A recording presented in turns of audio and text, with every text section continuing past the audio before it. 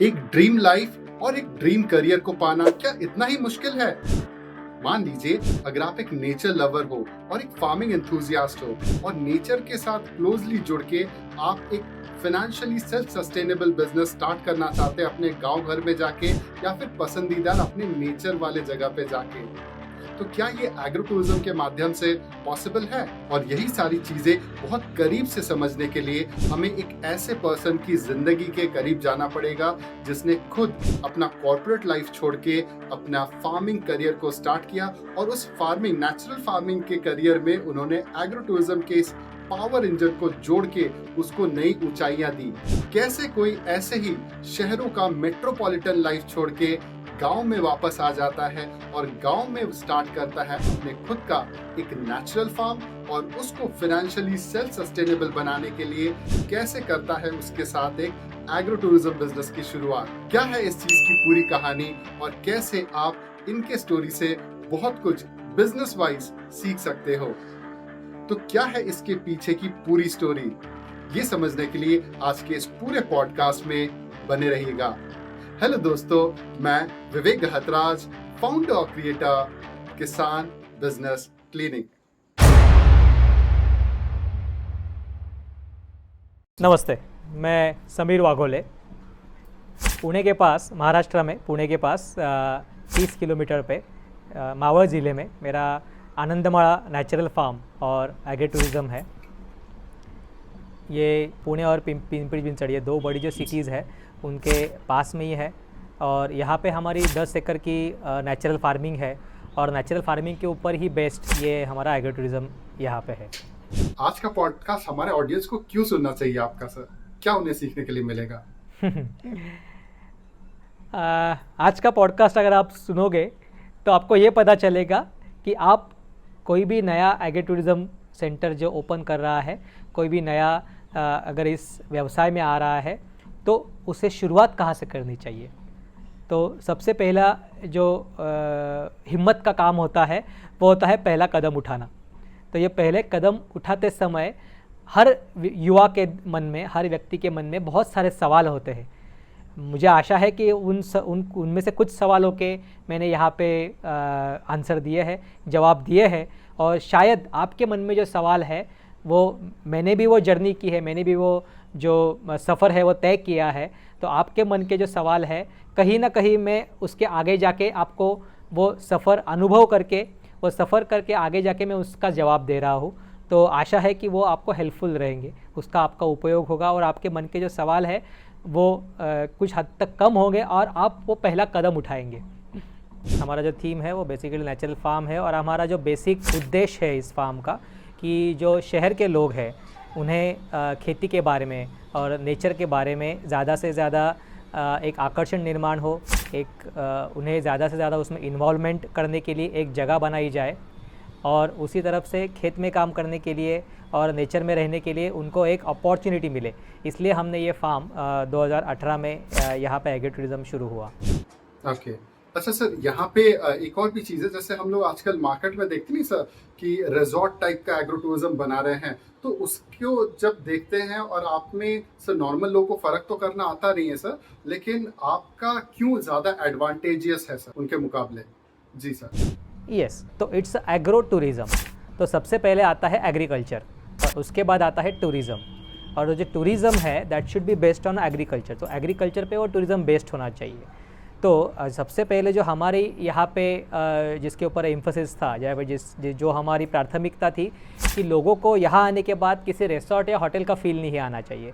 जब वो लोग गांव में आ रहे हैं तो उन्हें गांव का ही फील आना चाहिए। ऑफ कोर्स जो उन्हें क्लीनलीनेस चाहिए, हाइजीन चाहिए, वो हम यहाँ पे मेंटेन करते हैं। लेकिन अगर सिंपल सी बात अगर बोली जाए तो हमारे एग्रो टूरिज्म में कहीं भी जो ज़मीन है, जो उस पे ऊपर कभी मार्बल या फर्श नहीं है, सभी जो ज़मीन है वो गाय के गोबर से पोती हुई ज़मीन है, लेकिन वो साफ़ रखी जाती है। जो टॉयलेट्स है ऑफ कोर्स उसमें कमोड है, उसमें वॉश बेसिन है, वो सब साफ़ रहता है। तो हाइजीन और क्लीनलीनेस तो चाहिए, लेकिन अगर आप रेस्टोरेंट या होटल में जाएंगे तो वैसा फील यहाँ पे नहीं आना चाहिए। तभी लोगों को ये लगेगा कि हम किसी गांव में आए हैं। नहीं तो एक रिसोर्ट या होटल को विजिट करना और एग्रीकल्चर फार्म को विजिट करना, इसमें कोई फ़र्क नहीं होगा फिर। बिल्कुल सही सर। अच्छा, यहाँ पे ये भी है सर कि बहुत सारे लोग को ना सर आपके क्रेडेंशियल्स के बारे में पता नहीं, आपके फार्म के रीसेंट अचीवमेंट के बारे में कि एग्रो टूरिज्म में रिसेंटली आप क्या क्या पॉजिटिव चीज़ें मतलब अभी तक अचीव कर चुके हैं, थोड़ा सा हमारे उन व्यूअर्स के लिए थोड़ा बताइए। राइट, तो इसके लिए मैं हमारे आनंदमा फार्म की जर्नी आपके साथ शेयर करता हूँ। Basically bye education I am an engineer. मैंने इंजीनियरिंग डिग्री ली है और उसके बाद 18 साल मैंने एक मल्टीनेशनल कंपनी में काम भी किया है, जहाँ पे मैं प्रोग्राम मैनेजर था। और उसके बाद हम जो बड़े हुए वो शहर में बड़े हुए, मतलब हमारे दादाजी, ये हमारा नेटिव गांव है, तो हमारे दादाजी यहाँ से पुणे जो पास का ही शहर था बड़ा, वहाँ पे गए थे। तो दादाजी की पूरी पीढ़ी, मतलब उनकी पूरी ज़िंदगी, मेरे पिताजी की पूरी जो ये थी हयात थी वो, और मेरे उम्र के 35 साल ये पूरे पुणे में ही हमने बिताए। तो हमारा जो ये था एजुकेशन था, और जो बॉर्न एंड ब्रॉट अप जो था, हमारी जो पढ़ाई हुई वो पूरा पुणे में ही हुई। लेकिन जो निसर्ग के प्रति लगाव था, खेती के प्रति लगाव था, तो इसलिए हमने 2016 में ये निर्णय लिया कि हम अपने गांव वापस शिफ्ट हो जाएंगे और हमारे गांव में कुछ करेंगे, खेती में कुछ अलग करेंगे। तो इस तरह से हमारी पूरी फैमिली जो है, मैं, मम्मी पापा, मेरी बीवी और बच्चे, हम सब लोग Pune heart of the city में हम रहते थे, तो पुणे से निकल के यहाँ पे शिफ्ट हुए 2016 में। और 2016 में हमने यहाँ पे सबसे पहले नेचुरल फार्मिंग शुरू की। और फिर नेचुरल फार्मिंग करते करते हमारे जो नेक्स्ट पॉइंट प्रॉब्लम था कि हम नेचुरल फार्मिंग का जो हमारा प्रोड्यूस है वो अगर हम हमारे केमिकल फार्मिंग के साथ बेचेंगे, तो जो आज की डेट में सबसे बड़ा जो प्रॉब्लम है किसानों का, कि किसानों को एमएसपी या फिर उस जो उपज है उसकी जो सही कीमत है वो नहीं मिलती है। तो वो जो प्रॉब्लम था वो हमें भी था, लेकिन हमारे पास एक सोल्यूशन था कि हम शहर के पास थे। तो हमने क्या किया कि हमारे फार्म के वीडियोस, हमारे फार्म के ब्लॉग्स, मैं ब्लॉग्स लिखता था, मैं नेचुरल फार्मिंग कैसे करता हूँ ये मैं अलग अलग व्हाट्सअप के ब्लॉग्स, फेसबुक के ब्लॉग्स, सोशल मीडिया पे मैंने वो लिखना शुरू किया। और फिर जो सिटी के कस्टमर्स थे, जिनके ऑर्गेनिक गार्डनिंग के ग्रुप्स थे, टेरेस गार्डनिंग के ग्रुप्स थे, या फिर मेरे कंपनी के लोग थे, या फिर सिटी में हमारे जो दोस्त थे, उन सब के साथ मैंने वो शेयर करना शुरू किया। तो धीरे धीरे वो लोगों के मुझे इंक्वायरीज़ आती गई कि अरे आपके ब्लॉग्स अच्छे लगे हमें, उसमें फ़ोटोज़ है, वीडियोज़ है आपके फार्म के, तो हमें आपके फार्म देखने के लिए आना है। तो फिर फॉर्चुनेटली हम सिटी से पास में है, तो लोग 30-35 मिनट पे यहाँ पे आ सकते हैं। तो लोग यहाँ पे आने शुरू हुए।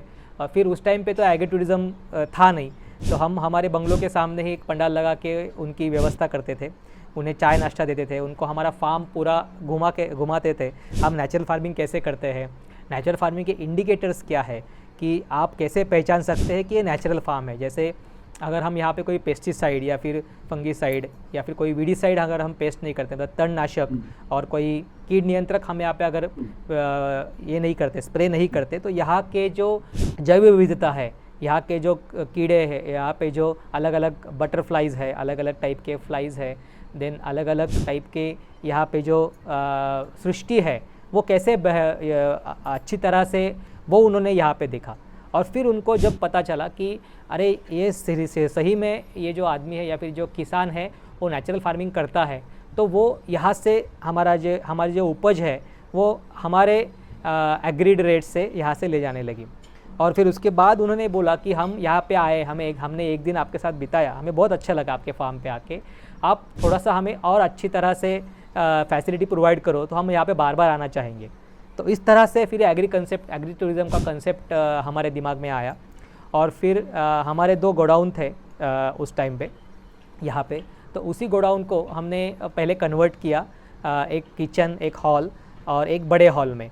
तो ऐसे 3 हॉल और 2 हॉल और एक किचन से हमारे एग्री टूरिज़्म की जर्नी यहाँ पे शुरू हुई।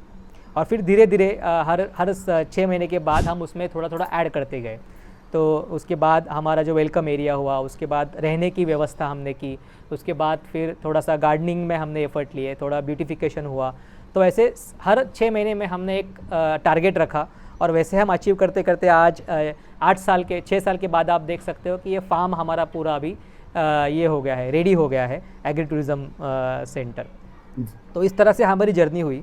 और उसके बाद अराउंड 2020 में ये एग्रीटूरिज्म की महाराष्ट्र के एग्रीटूरिज्म की पॉलिसी आई, तो उसके अंतर्गत हमने उसमें अप्लाई किया और हमें एग्रीटूरिज्म सेंटर का लाइसेंस मिला। तो वो हमारा एक माइलस्टोन था कि हम रिकग्नाइज़ हुए महाराष्ट्र टूरिज़्म में।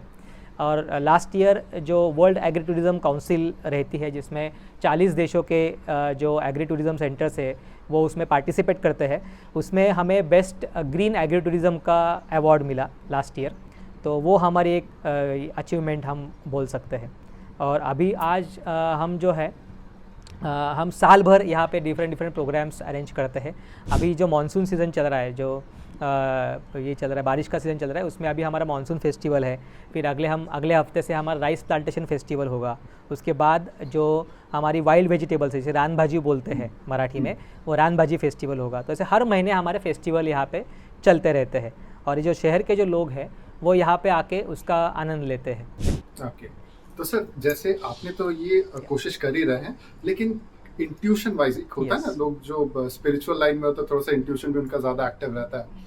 तो ये जो 6 महीने के जो गोल को अचीव करने का जो तरीका है, 6 महीने के गोल को या फिर साल भर के गोल को कैसे 3 महीने में अचीव किया जाए, इसका क्या लगता है सर? इसका सबसे एफिशिएंट तरीका क्या लगता है आपको? क्या करने से और ज्यादा स्पीड आ सकती है? 2 चीज़ें हैं उसमें। एक तो हमारे मराठी में एक कहावत है कि सब मतलब सगळ्याचं सोंग घेता येतं पण पैशाचं सोंग घेता येत नाही।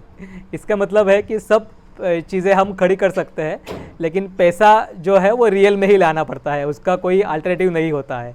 तो सबसे पहले ये रहता है कि आपका फाइनेंस कहाँ से आ रहा है। ओके, अगर आपका एल्गोरिदम ढंग से चल रहा है, वहाँ से आपको फाइनेंस मिल रहा है, वहाँ से आप अचीव कर पा रहे हैं आपके फाइनेंशियल गोल्स, और कुछ फाइनेंस आपका बच रहा है कि आप नए चीज़ें हम करते रहे, तो उस तरह से अगर आपका फाइनेंस है तो ऑफ कोर्स अगर आप पैसा ज़्यादा दोगे तो कोई भी चीज़ आपकी 10 दिन से 1 दिन में खड़ी हो सकती है जी। ओके, तो सबसे बड़ा जो चैलेंज है या फिर जो व्हाट यू से कि सबसे बड़ी जो चीज़ है वो पैसा है।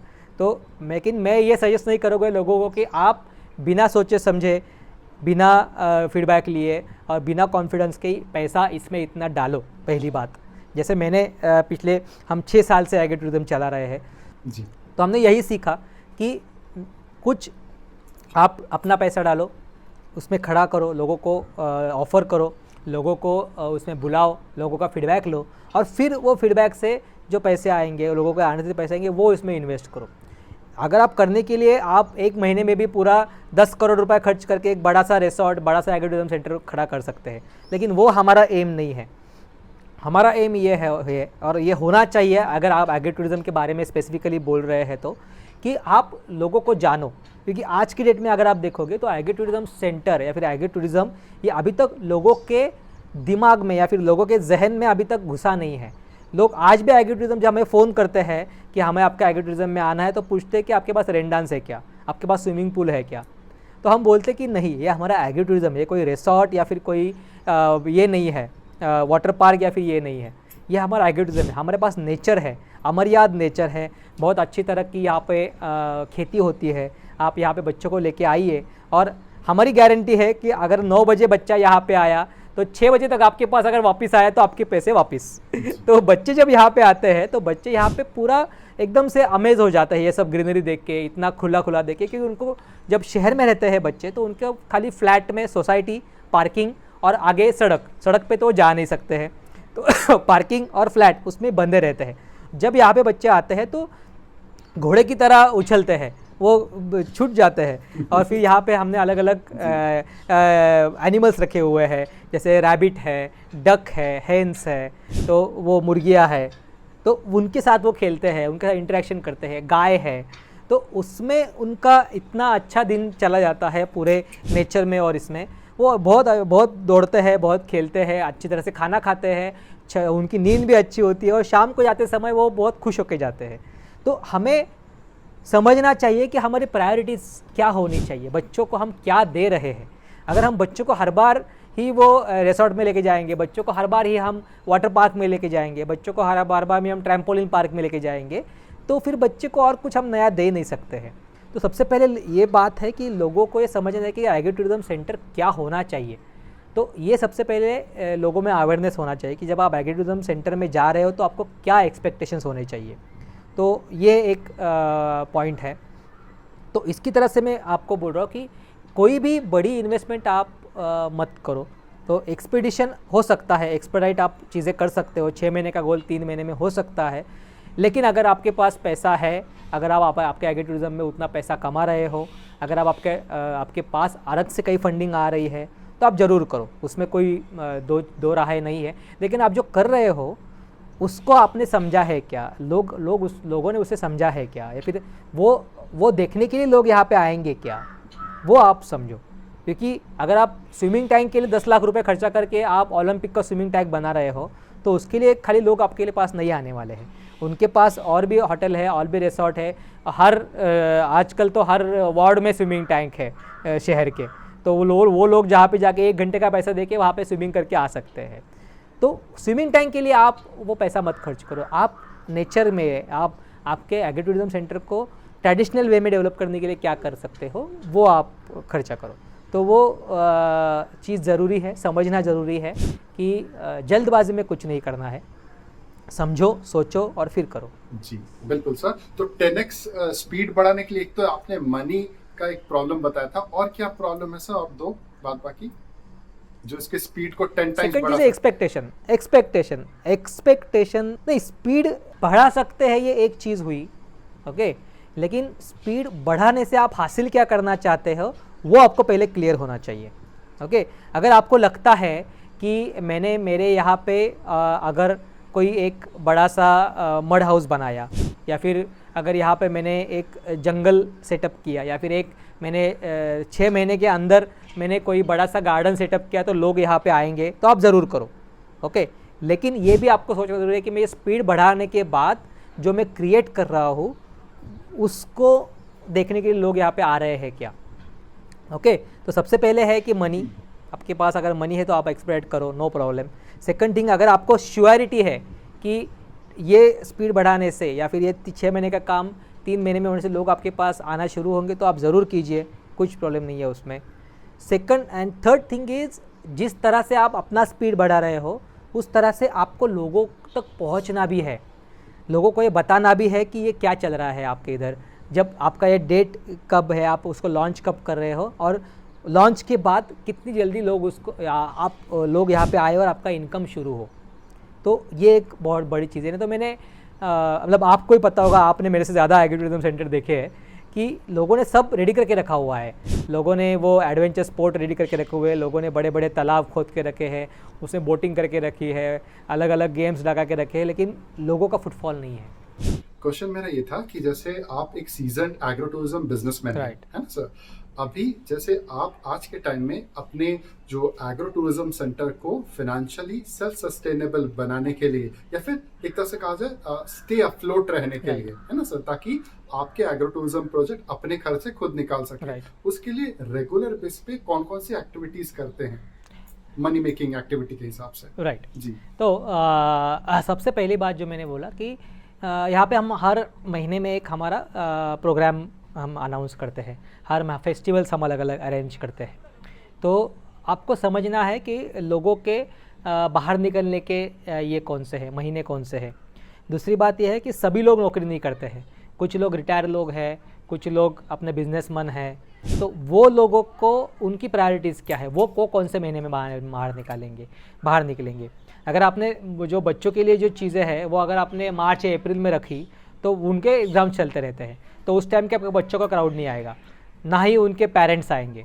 तो आपको अप्रैल में क्या रखना है, आपको अप्रैल में सीनियर सिटीजन्स लोगों के लिए रखना है, आपको अप्रैल में किसी फार्मिंग के रिलेटेड प्रोग्राम्स रखने हैं कि जो लोग जब उस टाइम पे एग्ज़ाम में ना बिजी हो, ओके। तो इस तरह से आपको जानना है कि हर महीने में मैं कौन से लोगों को कैटर कर रहा हूँ, और वो कैटर करने के लिए मैं क्या फेस्टिवल, क्या एक्टिविटीज़, क्या अलग अलग अपॉर्चुनिटीज़ क्या उनको दे रहा, ऑफ़र कर रहा हो। तो वो आपको सबसे ज़्यादा इम्पॉर्टेंट है जानने के लिए। अभी अगर आप देखोगे तो अभी जैसे मैंने बोला ये हमारा मानसून फेस्टिवल चल रहा है कि ये प्री राइस प्लांटेशन है, राइस प्लांटेशन की पहले वाला फेस्टिवल चल रहा है। तो उसमें क्या है, तो उसमें अभी बारिश अभी शुरू हुई है तो ग्रीनरी सब जगह पे है, हमारा फूड फॉरेस्ट का प्लांटेशन चल रहा है, देन हमारे यहाँ पे एक वाटरफॉल है, स्ट्रीम है, वो धीरे धीरे अभी बहने लगी है। तो और हमारे दूसरे चीज़ें ये है कि हमारे यहाँ पे जो खाना रहता है वो पूरा चूल्हे के ऊपर बनता है, वो हर सीज़न में वो अलग अलग रहता है। तभी जो मानसून की डिशेस है, ट्रेडिशनल डिशेस जो हमारे मावल रीजन में जो बनती है, मावल तालुका में जो बनती है, जैसे चावल के घावन, मतलब चावल का डोसा जिसको हम घावन बोलते हैं वो है, मूग के जो डोसा है वो बनता है, देन हुलगा बोल के एक पल्स होता है उसकी करी बनती है। तो ये जो मानसून के जो स्पेसिफिक ये है रेसिपीज़ है वो हम लोगों को ऑफ़र कर रहे हैं। उसके बाद जब हुरडा पार्टी होती है इसमें विंटर में, तो उस टाइम पे हम हुरडा पार्टी का जो मेन्यू रहता है, जैसे बैंगन का भरता हो गया, पिठला भाकरी हुआ, अलग अलग टाइप के उसड़ हुए, तो वो हम उनको ऑफ़र करते हैं। फिर समर में लोग लाइट खाना पसंद करते हैं, तो समर का हमारा मेन्यू ज़्यादा से ज़्यादा जूसेस में रहता है, अलग अलग टाइप के जूस हम उनको ऑफ़र करते हैं, फ्रूट्स ऑफ़र करते हैं। तो ऐसा अलग अलग टाइप का हम मेन्यू उनको ऑफ़र करते हैं। तो उससे क्या होता है कि लोगों को पता है कि जब हर एक महीने में मैं आनंदमाड़ा में जाऊंगा मुझे कुछ अलग देखने को मिलेगा, और जो मैं खा रहा हूँ, जो मैं पी रहा हूँ, वो हाइजीनिक रहेगा, वो ऋतु के अनुसार रहेगा, वो मेरी बॉडी के लिए हेल्दी रहेगा। क्योंकि अगर आप देखोगे तो इस एग्रीटूरिज्म में सर्व किया हुआ 70% जो फूड है वो यहीं पे नेचुरल तरीके से उगता है, तो उसकी टेस्ट अलग होती है, उसका स्वाद अलग होता है, उसका एक जो अनुभव है वो अलग होता है। वो चूल्हे के ऊपर बनता है तो उसका और जो अरोमा है, उसका जो स्मेल है वो अलग रहता है, तो वो लोगों को अच्छा लगता है। तो हर सीज़न में ऐसा नहीं कि आपने एक एग्रीटूरिज्म बनाया और आपने जस्ट उसमें बोल दिया कि हमारे पास स्विमिंग टैंक है, हमारे पास एडवेंचर एक्टिविटीज़ है, और आप साल भर में आओगे तो आपको बस वो एक्टिविटीज़ देखनी है, आपको वो एक्टिविटीज़ करनी है। तो वैसा होके नहीं चलेगा। आपको हर महीने में, हर सीज़न में, हर 4 महीने में आपका एग्रीटूरिज्म सेंटर की विशेषता क्या है वो लोगों तक पहुंचानी पड़ेगी। तभी लोग आपके पास बार बार यहाँ पे आएंगे। और ये जो है ये तभी हो सकता है जब आपका सेटअप आप उस तरह से बनाओ। आप करोड़ों रुपए इन्वेस्ट करके अगर कोई एक ऐसा सेटअप बनाओगे कि जो हर सीज़न में चेंज नहीं कर सकते, या फिर हर सीज़न में उसको ये नहीं हो सकता, यूज़ नहीं हो सकता, तो वो सेटअप की कोई चीज़ नहीं है, वो मतलब की कोई बात नहीं है, या फिर वो एडवांटेज नहीं होगा। आपका एडवांटेज क्या है, मेरा एडवांटेज क्या है कि मेरा एग्रीटूरिज्म में आउट ऑफ 10 एकर्स 9.5 एकड़ मेरी कल्टिवेबल लैंड है, मतलब जिसमें मैं उगाता हूँ, अलग अलग सीज़न में अलग अलग सब्जियाँ उगाता हूँ, अलग अलग उसमें एक्टिविटीज़ चलते रहते हैं, और खाली आधा एकड़ में मेरा ये एग्रीटूरिज्म है। तो मेरा 9.5 एकड़ का जो लैंडस्केप है वो हर सीज़न में चेंज होता है। आप अभी बारिश में आओगे तो आपको लैंडस्केप अलग लगेगा, ग्रीनरी है, पानी है, सब जगह पे पंछी है, फूल है अलग अलग। आप विंटर में आओगे तो सब जगह पे प्लांटेशन हुआ रहेगा, सब्जियां तब ज़्यादा रहती है हमारे यहाँ पे, आपको खेलने के लिए और भी ज़्यादा मज़ा आएंगे। आप जब समर में आओगे तो आपको वो पेड़ के नीचे की छाँव मिलेगी, एक जंगल है हमारे यहाँ पे, हम जंगल सफारी करवाते हैं समर में, बोटिंग रहता है समर में। तो अलग सीज़न, हर एक सीज़न में आपके फार्म को आप नए से पेश कर रहे हो, इससे ज़्यादा और अच्छी बात और क्या हो सकती है। और ये मैं कब कर सकता हूँ, जब मैंने मेरे फार्म को उतना वोलेटाइल रखा है, उतना मोबिलाइज रखा है, उतना चेंजेबल रखा है कि मैं चेंज कर सकता हूँ। हर सीज़न में मेरे 9.5 एकड़ का लुक जो है वो चेंज होता है। समझ रहे हो बात? तो इस तरह से ये एक चीज़ें है कि आप लोगों को आज क्या चाहिए, आज आप देखोगे तो रील के 20 सेकंड के बाद लोग बोर हो जाते हैं। तो जो रील्स रहते हैं वो 30 सेकंड से ज़्यादा नहीं रहते। क्यों? क्योंकि लोगों का अटेंशन स्पैन कम हो गया है। एक ही चीज़ अगर आप 30 सेकंड तक उनको बताओगे तो वो 31 सेकंड में वो बोर हो जाएंगे, वो अगला रील स्वाइप कर देंगे। तो सिंपल सी बात है, एक ही एग्रीटूरिज्म अगर आप उनको सालों साल ऑफर करोगे तो क्यों आएंगे वो आपके पास। तो इस तरह से हमारा जो मोटो है कि हर सीज़न में हमारा एग्रीटूरिज्म चेंज होते रहे, हर सीज़न में आप उसको चेंज करो, कुछ नया ऐड करो। जैसे मैंने बोला कि हर 6 महीने बाद मेरा एक नया प्रोजेक्ट रहता है, हर 6 महीने बाद मैं कुछ नया अपने एग्रीटूरिज्म में ऐड करता हूँ। तो इस तरह से अगर आप नए से उनके पास जाओ, और सबसे बड़ी चीज़ जो किसी भी बिज़नेस में है, किसी भी जो एग्रीटूरिज्म को भी लागू होती है, वो है उसके ओनर का एंथुजियाज़म, उसकी उत्सुकता। अगर उसका एंथुजियाज़म अगर ज़िंदा है तभी वो नई नई चीज़ें ऑफ़र कर सकता है। अगर उसको खुद का इंटरेस्ट उसमें चला गया तो वो नई चीज़ें ऑफर नहीं कर सकता, वो उसी के ऊपर अड़ जाएगा, उसी के ऊपर स्टक हो जाएगा और वो सोचेगा कि लोग मेरे पास क्यों नहीं आ रहे हैं। तो एंथुजियाज्म जब तक आपका ज़िंदा है, जब तक आपकी उत्सुकता ज़िंदा है, जब तक आपकी नया नया करने की इच्छा ज़िंदा है, जब तक वो ऊर्जा अंदर से आ रही है, तब तक आप उसमें नई नई चीज़ें करोगे और लोग भी उसके लिए आएंगे आपके पास। ये मैं खुद के अनुभव से बोल रहा हूँ। कभी कभी आपको नहीं लगता कि अपने इस एग्रो टूरिज्म को स्टार्ट करना और उसको एक सक्सेस के मकाम तक ले जाने के जर्नी में आप शायद से अकेले भी पड़ सकते हो? तो कैसा रहेगा कि आपको अगर अपने जैसे लोगों की कम्युनिटी मिल जाए, और वो कम्युनिटी आपको कैसे मिलेगी? आपको ये कम्युनिटी तभी मिलेगी जब आप इस YouTube या फिर इस प्लेटफॉर्म, जो ऑनलाइन प्लेटफॉर्म है, इसके जो इंजन है उसको आप ट्रेन करोगे। आप कैसे इसको ट्रेन करोगे? आप ट्रेन करोगे इस हमारे जो चैनल को सब्सक्राइब करके। सब्सक्राइब करने से क्या होता है, ये YouTube का जो सर्च इंजन एल्गोरिदम है वो आपके जैसे लोगों को दूर दूर से ढूंढ के लाता है। तो इससे आपको क्या फायदा होगा? आपको ये फायदा होगा कि सिंस हमारी ये जो एग्रो टूरिज्म की कम्युनिटी है वो काफी छोटी है, और जब तक ये चीज का प्रचार और प्रसार ज्यादा से ज्यादा लोगों तक नहीं होती है, तब तक इस बारे में, एग्रो टूरिज्म के बारे में लोगों को जागरूकता ही नहीं होगी। और जब तक लोग जानेंगे नहीं, तब तक वो हमसे जुड़ेंगे नहीं, आपसे नहीं जुड़ेंगे, है ना? तो आप अगर चाहते हो कि आपको अपने जैसे और लोग मिले, तो देर किस बात की? अभी तुरंत इसी वक्त आप YouTube जो एल्गोरिदम है उसको ट्रेन कीजिए और उसे बताइए कि क्यों वो आपके लिए आपके जैसे लोग ढूंढ के लाए। तो तुरंत सब्सक्राइब कीजिए और इसके साथ साथ नोटिफिकेशन वाला बेल आइकन भी ऑन कीजिए, ताकि हमारा जब भी लेटेस्ट वीडियो आपके पास आए तो उसका सबसे पहला नोटिफिकेशन आप ही को जाए। तो अब बढ़ते हैं आगे। इस एग्रो टूरिज्म इंडस्ट्री में, जैसे आप अपने खुद का एग्रो टूरिज्म बिजनेस लेके भी कर रहे हैं, तो इस एग्रो टूरिज्म इंडस्ट्री में सबसे बड़ा मिथ लोगों के बीच में क्या है सर? मिथ ओके जी ओके, मिथ्या जिसको बोलते हैं, राइट। ओके, तो अगर आप देखोगे तो सबसे बड़ी बात यह है कि लोग अभी तक एग्रो टूरिज्म को समझ ही नहीं पाए हैं। मतलब यहाँ पे कस्टमर बोल के आने वाले लोग भी और जो एग्रो टूरिज्म खड़ा कर रहा है वो भी। आज की डेट में अगर आप आपने भी बहुत सारे एग्रो टूरिज्म जाके देखे हैं, मैंने भी बहुत सारे एग्रो टूरिज्म जाके देखे हैं। आज भी लोगों को एग्री से ज़्यादा टूरिज़्म में ज़्यादा फोकस कर रहे हैं।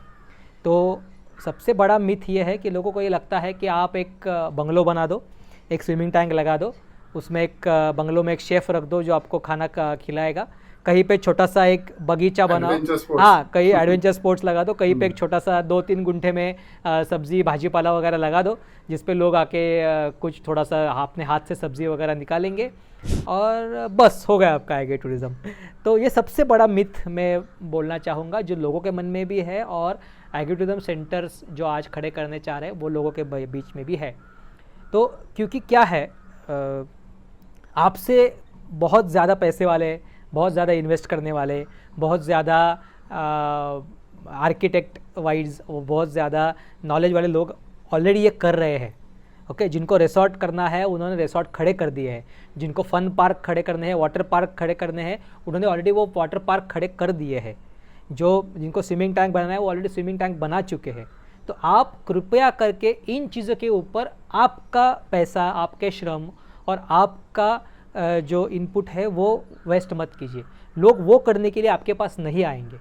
आज महाबलेश्वर, लोनावाला में बहुत सारे बंगलोज ऐसे बन के ताला लगा के बंद पड़े हैं, जिनके पास ये सब है, लेकिन फिर भी लोग वहाँ पे नहीं आ रहे, क्योंकि लोगों को हो गया अभी। वो पिछले 10 साल का ट्रेंड था कि जाना है, मुझे बंगलो लेना है, उसमें मुझे मज़ा करना है, पार्टी करनी है, स्विमिंग करना है और वापस आना है। वो हो गया, वो ट्रेंड चला गया। अभी लोगों को अगर आप देखोगे तो उनको एक प्योर ट्रेडिशनल और नेचर के साथ रहने वाला उनको एक्सपीरियंस चाहिए। तो वो आप उनको कैसे दे सकते हो, उसके ऊपर आप फोकस करो। जैसे मैंने बोला कि एग्रो टूरिज्म शब्द में पहले जो शब्द है वो है एग्रीकल्चर। एग्री मतलब एग्रीकल्चर। तो सबसे पहले आपकी खेती, आपकी जो भी खेती है, आपका ग्रीन हाउस है, आपकी फूलों की खेती है, आपकी जवार की खेती है, आपका सब्जियों की खेती है, जो भी आप खेती कर रहे हो, पहले उस खेती को आप सही तरह से लोगों को कैसे ऑफ़र कर सकते हो वो पहले समझो, उसके साथ आपकी जो फैसिलिटी है वो उसको आप ठीक तरह से करो, उसको लोग वहाँ पे आए, लोग उसको आनंद ले, लोगों को हाइजीन, मेंटेनेंस, क्लीनलीनेस अच्छी तरह से मिले, और फिर आप ये सब चीज़ें करो। अगर लोग 1 साल 2 साल होने के बाद यहाँ पे बोलते हैं कि अरे हमको भीगने के लिए यहाँ पे कुछ चाहिए, तो आप करो, लेकिन आप स्विमिंग टैंक मत करो, आप छोटा सा पॉन्ड करो, उसमें लोगों को बोलो कि आप यहाँ पे भीगो। ओके, तो सबसे बड़ा मिथ जो आज की डेट में चल रहा है एग्रो टूरिज्म सेंटर का इज़, लोग समझ रहे हैं या फिर जो बनाने वाले भी समझ रहे हैं कि हम एक रिसोर्ट बना देंगे तो लोग एग्रो टूरिज्म के नाम पे आएंगे, तो वैसा नहीं है। एग्रो टूरिज्म में आप एग्रीकल्चर के ऊपर ही फोकस करके आप खुद का एग्रो टूरिज्म सेंटर अच्छी तरह से बना पाओगे।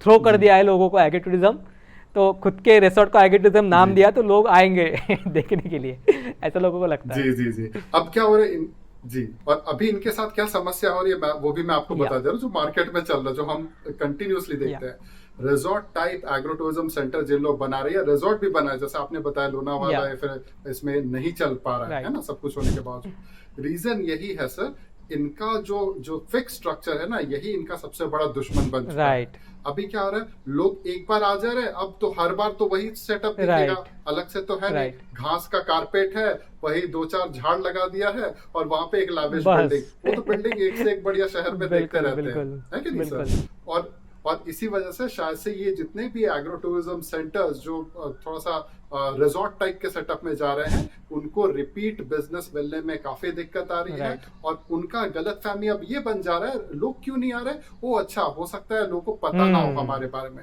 अब और ज्यादा क्या पैसा इंजेक्ट करें कहाँ पे, डिजिटल मार्केटिंग में। अब डिजिटल मार्केटिंग कर रहे हैं तो फिर ट्रेंड क्या आ रहा है कि भाई 100 हर 1000 में से सिर्फ 10 ही लोग उसका मतलब रेस्पॉन्स कर रहे हैं, और जो रेस्पॉन्स आ रहा है उसमें से बुकिंग्स नहीं आ रही, तो और पैसा डाल, समझ रहे हैं? और ये नेवर एंडिंग लूप, जितना कमाया नहीं उससे ज्यादा तो मतलब ये डिजिटल मार्केटिंग करके गवाया, समझ रहे? और ये जो चीजें हैं ये कोई रॉकेट साइंस नहीं है, ये आप खुद आपके 10 लोगों को पूछोगे तो ये आपको जवाब मिल जाएंगे। लेकिन प्रॉब्लम ये होता है कि हम समझते हैं कि हमें ही सब समझता है तो इसलिए वो किसी का देख के आते हैं और करने लगते हैं। जी एग्जैक्टली सर, यही प्रॉब्लम होने के चलते ना क्या हो रहा है, बहुत सारे मैंने देखा एग्रो टूरिज्म स्टार्टअप जो महाराष्ट्र में भी है, कीवर्ड सर्च करते हैं ना कि हाउ क्या एग्रो टूरिज्म सेंटर्स इन महाराष्ट्र, तो ये कीवर्ड जब सर्च करते हैं वो एक्चुअली जाके देखना चाहते हैं कि हम क्या समझ में आता है, और वो सीधा जाते ऊपर से समझते हैं और अपना ही सेटअप कॉपी पेस्ट करके बिठा देते हैं। अब उसके बाद जब उनको रिपीट बिजनेस नहीं मिलता है तो वो और ज्यादा पैसे डालते हैं इस होप में कि कहीं ना कहीं उनको फिर बुकिंग आ जाती है, तो फिर वो मुर्गी पहले या अंडा बाद में वो वाला सीन होता है, और फिर वो डिक्लाइनिंग नेगेटिव ग्रोथ में फिर चले जाते हैं। सही है। तो इसी के चलते मुझे लगता है सर यहाँ पे लोगों को थोड़ा सा ये समझना पड़ेगा कि काफी टाइम में स्टार्टिंग से जी थीम कॉन्सेप्ट आइडिया की क्लैरिटी अगर रखते हैं स्टार्टिंग से ही, तो फिर बाद में वो सपोर्टिव हो जाता है, जैसे आपने किया है कि नहीं, तो ये बहुत ही अच्छा था। मैं सिंपल आपको एग्जांपल देता हूँ कि बॉलीवुड हमारी सबसे बड़ी इंडस्ट्री है, तो फ्राइडे को आई हुई पिक्चर अगर मंडे तक चलती है तभी उसके कुछ इन्वेस्टमेंट हम वापस ले सकते हैं, और फिर डायरेक्टर या प्रोड्यूसर को पैसा मिलता है। तो सिंपल अगर हम कोई ऐसी ब्लॉकबस्टर चीज़ें देखते हैं और देखने के लिए जाते हैं उनका ट्रेलर वगैरह देख के, और हम देख के आते हैं और बाद में आके बोलते हैं अरे इतना सिंपल चीज़ उसको पता नहीं है कि ये चीज़ लोग देखने के लिए थिएटर में क्यों जाएंगे, तो वही प्रॉब्लम हो जाता है कि प्रोड्यूसर डायरेक्टर जो है कहीं ना कहीं लोगों को क्या चाहिए, उनके एक्सपेक्टेशन क्या है, ओके उनके हीरो से एक्सपेक्टेशन क्या है, स्टोरी से एक्सपेक्टेशन क्या है, वो कहीं ना कहीं अपने खुद के ही आइडियाज़ में इतने फंस जाते हैं कि लोगों को क्या चाहिए वो भूल जाते हैं। तो प्रॉब्लम वो होता है कि कोई भी एग्रो टूरिज्म का ओनर है या फिर कोई युवा है, वह ऐसे अपनी ही कल्पनाओं में इतना खो जाता है, या फिर कोई यूट्यूब वीडियो देख के कोई किसी एग्रो टूरिज्म सेंटर को जाके विजिट करके उसमें इतना खो जाता है कि उसको अच्छा लगा मतलब लोगों को अच्छा लगेगा, इतना वो समझ के एग्रो टूरिज्म सेंटर उस तरह से डिज़ाइन करने के लिए ले लेता है। वैसा नहीं है, आपको लोगों को समझना है। किसी भी चीज़ में अगर आप पैसा डालोगे और लोगों को ऑफर कर रहे हो, सबसे पहले आपके जो प्रॉस्पेक्ट्स कस्टमर है, जो आपके भविष्य के ग्राहक है, उनको आपको समझना है कि उनको क्या चाहिए, आपको क्या चाहिए वो समझ के आपको फ़ायदा नहीं है।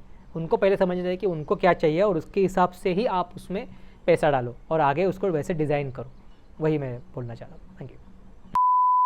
तो बेसिकली होता वही है सर कि लोग जो आपके फार्म पे आएंगे, जब आप एग्रोटूरिज्म का सेटअप करोगे, तो आपके मन के हिसाब से नहीं आएंगे कि आपको ये पसंद आया ये तो आपने एग्जैक्टली उसका सेटअप कर दिया, राइट अब लोग आ रहे राइट हैं। कस्टमर उस चीज के लिए आएंगे कि जिस चीज के लिए कस्टमर पे करने के लिए रेडी एग्जैक्टली है ना? एग्जैक्टली वही सेटअप आप रिवर्स इंजीनियरिंग करके बिठाएंगे तो शायद से उसमें लॉन्ग टर्म में आपके लिए फायदेमंद हो पाएगा। तो जी सर, ये पॉइंट काफी अच्छा और इंटरेस्टिंग था। अब इसके बाद हम लोग नेक्स्ट प्रश्न पे आते हैं। आप जब नए नए थे सर इस इंडस्ट्री में, 3 सबसे वर्स्ट एडवाइस आपको क्या मिला है सर? सबसे गंदा एडवाइस एग्रोटूरिज्म को लेके। जी वैसे तो याद नहीं आ रहा है ऐसा कुछ किसी ने इतना वर्स्ट एडवाइस दिया है, क्योंकि लोग तो अच्छे ही मिले मुझे शायद मैं किसी बुरे लोगों से नहीं मिला, या फिर कोई वर्स्ट, या फिर किसी अच्छे लोगों ने मुझे कोई वर्स्ट एडवाइस नहीं दिया मुझे कोई वर्स्ट एडवाइस नहीं दिया।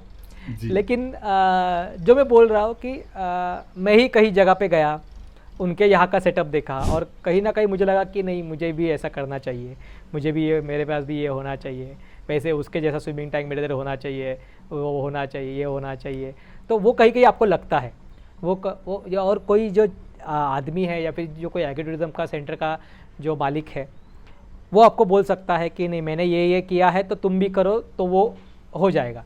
ये सबसे वर्स्ट एडवाइस है कि मैंने ये किया है तो वो तुम करो तो तुम्हारे में तुम मेरे तरह सक्सेस हो जाओगे। ऐसा नहीं होता है। सबकी सक्सेस जर्नी अलग होती है, सबकी जैसे मेरा स्ट्रेंथ अलग होते हैं, सबकी अपनी अपनी जर्नी होती है। तो आपको खुद को समझना है कि आप क्या कर सकते हो। और फिर भी अगर जिसमें एग्रीटूरिज्म सेंटर चलाया है वो कुछ बोलता है, वो भी ठीक है। कोई ऐरा गहरा आपको अगर बोलता है कि अगर आपके एग्रीटूरिज्म सेंटर में मुझे स्विमिंग टैंक चाहिए, मुझे उसमें एडवेंचर स्पोर्ट चाहिए, मुझे उसमें बंजी जंपिंग चाहिए, मुझे उसमें ट्रैम्पोलिन चाहिए, और वो उसके ऊपर आप अमल करोगे तो आप बुरी तरह से फंस सकते हो। तो ये आपको समझना है। तो हमारे मैं वापस मराठी की एक म्हण बोलूँगा कि ऐकावे जनाचे और करावे मनाचे, मतलब सबका सुनो लेकिन खुद के मन की करो। तो वो सबसे इम्पोर्टेंट है। और कहते हैं सुनो सबकी करो अपनी। और वो अपनी कब करो? जब आप उस चीज़ का अभ्यास करो। आपके इंट्यूशन से आपको लगता है इसलिए मत करो, आप उस चीज़ का अभ्यास करो, लोगों से पूछो, उनका फीडबैक लो, और फिर आपका जो कंक्लूजन निकलेगा उससे वो चीज़ें आप करो। खाली आपको लगता है इसलिए आप मत करो। तो वो मैं बोलना चाहूँगा। राइट। और सबसे सर, ये तो वर्स्ट हो गया, बेस्ट एडवाइस आपको क्या मिला है सर अब तक?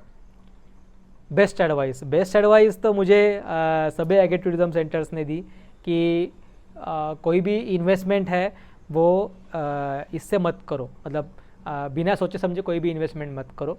और कोई भी चीज़ बड़े पैमाने पे अचानक से without any feedback, without any clue, without any study आप मत करो। ओके, तो वो जो मेरे जो पॉलिसी है, जो मैंने बोला कि हर 6 महीने में मैं एक नई चीज़ करता हूँ। पहले उसके लिए मैं मनी का मतलब पैसों का सबसे पहले इंतज़ाम करना, उसके बाद उसका डिज़ाइन फाइनल करना, उसके बाद लोगों का उसके प्रति क्या फीडबैक रहेगा। मैं लोगों से चर्चा करता हूँ, जो मेरे पास लोग आते हैं उनको मैं बताता हूँ कि हम ऐसे ऐसे चीज़ें करने वाले हैं, आपको क्या लगता है, क्या आप आना चाहोगे, ये चीज़ें करना चाहोगे? तो उनका फीडबैक रहता है, तो उनसे बातें होती है, उनसे अलग अलग चर्चाएँ होती है, तो वो सब करते हैं। तो वो मुझे 2-3 में जब जो भी एग्रीटूरिज्म सेंटर्स में गया तो उन्होंने वो मुझे बहुत अच्छी तरह से चीज़ें बताई। दूसरी चीज़ें उन्होंने ये बताई कि लोग एग्रीटूरिज्म में सेंटर में आते हैं तो वो एग्रीकल्चर और ट्रेडिशनल एटमॉस्फेयर, विलेज का एटमॉस्फेयर देखने के लिए आते हैं। तो आप उसमें लैविशनेस आप मत डालो, आप उसको सिंपल, स्वीट और रॉ ही रखो। तो जितना वो रॉ रहेगा, जितना उनको फर्स्ट हैंड एक्सपीरियंस मिलेगा, उतना वो लोग अच्छी तरह से वापस वहाँ पे आएंगे। तो वो 2-3 एडवाइस मुझे शुरू के दिनों में बहुत अच्छी मिली, जिसके ऊपर मैंने अमल किया, और जिसके चलते आज मैं यहाँ तक अभी तक सर्वाइव कर रहा हूँ। Thank you. अच्छा सर, आपको क्या लगता है कि ऐसी कौन सी चीजें हैं जो आपको अपने मन से लगता है कि लोगों को पता होनी चाहिए एग्रोटूरिज्म के बारे में, लेकिन लोगों को पता नहीं होती इस एग्रोटूरिज्म बिजनेस को स्टार्ट करने को लेके? वो कौन सी चीज है जिसके बारे में कोई बात नहीं करता लेकिन आपको लगता है वो लोगों को पता होनी चाहिए? तो सबसे पहले जो मैं बार बार ये कह रहा हूँ कि जो लोग एग्रीटूरिज्म चला रहे हैं और जो लोग एज अ कस्टमर उसमें आ रहे हैं, उन लोगों को एग्री टूरिज्म सेंटर मतलब क्या, ये चीज़ें पता होनी बहुत ज़रूरी है। तो उस तरह से उनके एक्सपेक्टेशंस अलाइन होना बहुत ज़रूरी है, क्योंकि जैसे मैंने बोला कि वो अगर यहाँ पे एक्सपेक्ट कर रहे हैं कि आपको यहाँ पे आके रिसोर्ट जैसा फीलिंग मिलेगा, तो वो यहाँ पे नहीं होने वाला है। आप यहाँ पे आके कीचड़ में ही आपको चलना है, आपको यहाँ पे फुटपाथ या फिर कोई सीमेंट के पाथवेज यहाँ पे आपको एक्सपेक्ट नहीं करने चाहिए। ओके, और ना ही एग्री टूरिज्म सेंटर के जो मालिक है उनको वो देना चाहिए। हाँ, आप गीली इसके पत्थर के पाथवेज बनाओ, रॉ पाथवेज बनाओ, उनको हाइजीन दो, उनको सेफ्टी दो, लेकिन वो रिसोर्ट जैसे आप पेविंग ब्लॉक्स डालोगे, सीमेंट के पाथवेज बनाओगे, एकदम चकाचक सब करोगे, तो वो चीज़ें एक्सपेक्ट नहीं करनी चाहिए। और आज की डेट में बहुत लोगों को ये पता नहीं है, ऐसा मुझे लगता है। जो मैंने एग्री टूरिज्म फार्म देखे हैं, फॉर्चुनेटली मैंने बहुत ही सक्सेसफुल और बहुत ही कोर एग्री टूरिज्म फार्म मैंने देखे हैं, क्योंकि जहाँ पे ये सब चीज़ें फॉलो होती थी, लोगों को सही तरह से वो विलेज का अनुभव दिया जाता था, खेत का अनुभव दिया जाता था, और मैं वहाँ से सीखा और मैंने वो चीज़ें यहाँ पे इम्प्लीमेंट की। इस तरह से लोगों को ये मेगा एग्री टूरिज्म फार्म पसंद आया, तो वो एक चीज़ है। सेकंड थिंग जो मैं कहना चाहता हूँ कि लोगों को ये पता होना चाहिए कि आप कौन से सीज़न में आपको क्या एग्री टूरिज्म सेंटर में मिलेगा। ओके, आप बारिश में जाके या फिर ठंडी में जाके एग्री टूरिज्म सेंटर में आम का पेड़ से आम नहीं तोड़ सकते हो, ठीक है। आप बारिश में जाके हुर्रा पार्टी नहीं कर सकते हो। ओके, जैसे आप समर में जाके आप उधर का वाटरफॉल चालू है क्या, मुझे वाटरफॉल में भीगना है, वो नहीं, ये वो नहीं पूछ सकते, क्योंकि समर में पानी रहता ही नहीं है, वाटरफॉल बंद ही रहेंगे। तो आप ये मत एक्सपेक्ट करो कि एग्री टूरिज्म सेंटर के वीडियो में पानी दिखाया है, वाटरफॉल दिखाया है, तो मैं समर में जाऊँगा तो वो वाटरफॉल चालू रहेगा, तो वो नहीं रहेगा। तो सबसे पहले ये है कि एग्री टूरिज्म सेंटर है वो नेचर के हिसाब से चलते हैं।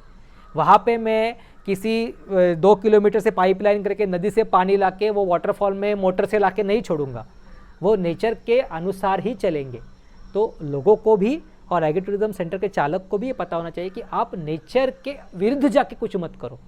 अगर आपका एग्री टूरिज्म सेंटर किसी हिल के स्लोप पे है, तो आप उसको अननेसेसरी फ्लैट मत करो, वो स्लोप का आप यूज़ करो, वो स्लोप में आप अच्छे पेड़ लगाओ, वो स्लोप के हिसाब से आपकी इकोलॉजी डेवलप करो। वो स्लोप पे भी बहुत सारे आप चीज़ें कर सकते हो, उसके हिसाब से करो। तो और जो लोग जाएंगे उनको भी पता होना चाहिए कि मुझे ये स्लोप क्लाइंब करके ऊपर जाना है। ऐसा नहीं कि कोई लिफ्ट आएगी, कोई रोप वे आएगा और मुझे ऊपर लेके जाएगा। तो वो कुछ चीज़ें हैं जो लोगों के दिमाग में कुछ भ्रम रहते हैं कि एग्री टूरिज्म सेंटर मतलब एक लैविश ये है, आपको वहाँ जाके सब आपको ये मिलेगा, लैविशनेस मिलेगा, तो नहीं मिलेगा। लेकिन यस, आपको एक प्योर, एक नेचुरल, एक ट्रेडिशनल और एक सच्चा एक्सपीरियंस देने का वादा जो है वो एग्री टूरिज्म सेंटर करते हैं, और वो मिलेंगी, इसकी हम एग्री टूरिज्म सेंटर के लोग, ग्राहक आपको गारंटी देते हैं। जी बिल्कुल सर। अच्छा सर, बहुत सारे एग्री टूरिज्म स्टार्टअप जो करना चाहते हैं, बिगिनर्स है ना, उन सब का एक ही कॉमन क्वेश्चन है सर कि कमाई कितनी होती है मंथली अगर एक तरफ से स्टार्ट किया जाए being as a startup.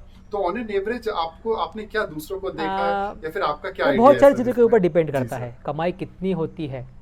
Okay, जैसे आप देखोगे तो जितनी जल्दी आप फेमस होते हो उतनी जल्दी ही आप डी फेमस या फिर जितनी जल्दी आपका डाउनफॉल भी होता है।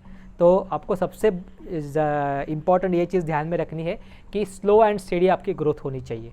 ऐसे नहीं कि आपने शुरू किया और उस टाइम पे लोग आए, आपकी महीने की कमाई 3 लाख 4 लाख हुई और 2 साल बाद वहाँ पे महीने के आप 10,000 रुपये नहीं जुटा पा रहे हो, तो उस कमाई को आप मैटर नहीं करते हैं, क्योंकि आपकी कमाई उस समय स्टेडी नहीं रही है।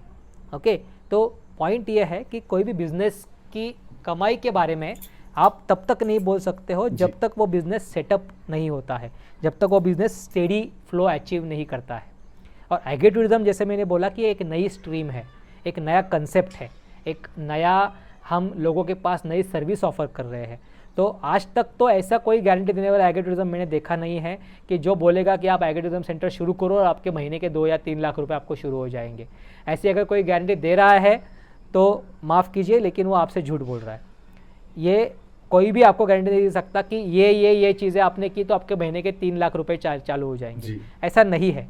और बहुत सारी चीज़ों के ऊपर डिपेंड करता है कि आप उनको क्या चीज़ें ऑफ़र कर रहे हो, आप लोगों तक उसको कैसे पहुंचा रहे हो, लोग वहाँ पे आके उसको कैसा एक्सपीरियंस कर रहे हैं, और उसके बाद आपका खुद का उसमें इन्वेस्टमेंट कितना है, आपका उसका डेली खर्चा कितना जा रहा है, आप उसमें से कितना प्रॉफिट निकाल रहे हो। ये सभी चीज़ें हैं, ये धीरे धीरे सेटअप हो जाती है। तो 5 से 6 साल के बाद आपको वो आइडिया आ जाता है कि आपका एग्रोटूरिज्म सेंटर महीने के 1.5 से 2 लाख रुपए आपको कमा के दे रहा है। और अगर मैं मेरा खुद का अनुभव शेयर करूँ तो मेरी जो इनिशियल इन्वेस्टमेंट है वो निकलने में मुझे कम से कम 3 से 4 साल गए, जबकि मेरी फ्रूगल इन्वेस्टमेंट है, जब मैंने कम से कम इन्वेस्टमेंट की थी। ओके, तो ऐसा नहीं है कि ये मेरा अनुभव है, खुद का अनुभव है, ऐसा नहीं है कि ये सबके साथ हो सकता है, किसी का 1 साल में पूरी इन्वेस्टमेंट निकल के प्रॉफिट में आ जाएगा। तो वो ये मेरा अनुभव मैं शेयर कर रहा हूँ। लेकिन आप ये वर्स्ट केस लेके चलो कि अगर आपका ये जो इनिशियल इन्वेस्टमेंट है वो अगले 3 साल, जैसे आपने बहुत सारे मैनेजमेंट गुरुज के पास सुना होगा कि 1000 डेज़ का एक रूल रहता है, कोई भी चीज़ है, कोई भी बिजनेस है, वो आपको 1000 दिन तक चलाना है। 1000 दिन मतलब मोटा मोटी 3 साल हो गए। तो 3 साल तक उस बिज़नेस में आपको पैर टिका के खड़े रहना है, उसमें आपको एंथुजियाज़म, आपका नया नया देने की वृत्ति, सर्विस आपकी टॉप क्लास होनी चाहिए 3 साल तक। उसके बाद भी अगर वो बिज़नेस सक्सेसफुल नहीं होता है तो फिर वो आपकी गलती नहीं है, वो शायद बिज़नेस आपने अलग लोगों को ऑफ़र किया है या फिर बिज़नेस की गलती है, आप बोल सकते हो। लेकिन 3 साल मिनिमम आपको एग्रोटूरिज्म सेंटर कोई भी है उसमें आपको खड़े रहना है। तो उतनी अगर आपकी कैपेसिटी है तो फिर उसके हिसाब से आप प्लान करो कि आप पहले कैपिटल कितना डालोगे और 3 साल की आपकी रनिंग कॉस्ट क्या रहेगी और उतने पैसे आप जुटा पा रहे हो क्या। और अगर 3 साल तक आपको जो एक्सपेक्टेड इनकम है, जो आपने एक्सपेक्टेड किया कि मुझे महीने के 50,000 आएंगे, मुझे महीने के 1 लाख आएंगे, वो अगर नहीं आता है तो भी मैं उसमें सर्वाइव कर पाता हूँ कि नहीं कर पाता हूँ। ये जो चीज़ें हैं, ये अगर चीज़ें आपने ध्यान में रखी और उसको एक प्रैक्टिकल तरीके से सोचा, ओके, कोई भी आपको ये नहीं करना है कि नहीं मैं करूँगा तो लोग आएंगे ही, नहीं आएंगे जी। आपको पता नहीं है कि लोगों को क्या चाहिए आज तक। ओके, तो वो आप सोचो कि 3 साल तक आप उसमें सर्वाइव कर सकते हो क्या, 3 साल तक आप लोगों को एंगेज रख सकते हो क्या, नया नया कर सकते हो क्या। ये आप सब जब सोचोगे तभी इस बिज़नेस में आपको सक्सेसफुल होगे। मेरी खुद की अगर मैं बात करूँ तो मेरा जो एग्रोटूरिज्म सेंटर है वो सेंटर और मेरी खेती, ये दोनों से मुझे इनकम आ रहा है। ओके, मेरे एग्रोटूरिज्म सेंटर में ऐसी कोई चीज़ नहीं है कि जो मैंने दिखावे के लिए करके रखी है। जो भी एग्रोटूरिज्म सेंटर का मेरा इन्वेस्टमेंट है, या फिर जैसे मैंने बोला कि मेरी 10 एकड़ में से 9.5 एकड़ की खेती है जिसमें मैं उगा रहा हूँ, जिसमें मैं 50 से 60 टाइप की अलग अलग धान, सब्जियाँ, ट्यूबर्स, औषधि वनस्पति ये सब उगा रहा हूँ। तो उससे मुझे यहाँ पे प्रोडक्शन मिलता है, उससे मुझे बैकअप मिलता है। और जब मेरा खेत का माल नहीं रहता है, खेत का बैकअप नहीं रहता है, तब मेरा एग्रोटूरिज्म सेंटर का बैकअप रहता है। तो ये एक दूसरे को कॉम्प्लीमेंट करता है। ऐसा नहीं है कि मेरे खाली एग्रोटूरिज्म सेंटर में ही खोला है और मैं एग्रोटूरिज्म सेंटर पे ही 24 घंटे बैठा रहूँ, ऐसा नहीं है। तो आपके लिए भी कुछ सेकंड सोर्स ऑफ इनकम यहाँ पे होना चाहिए। एग्रोटूरिज्म सेंटर चले ना चले तो अच्छी बात है, नहीं चले तो आपको 3 साल तक सर्वाइव करना है। उसके लिए आपका प्लान क्या है। जैसे मेरा प्लान ये है कि एग्रोटूरिज्म सेंटर मेरा अगर साल में से 6 महीने चलता है तो 6 महीने मेरे खेती के ऊपर चलेंगे।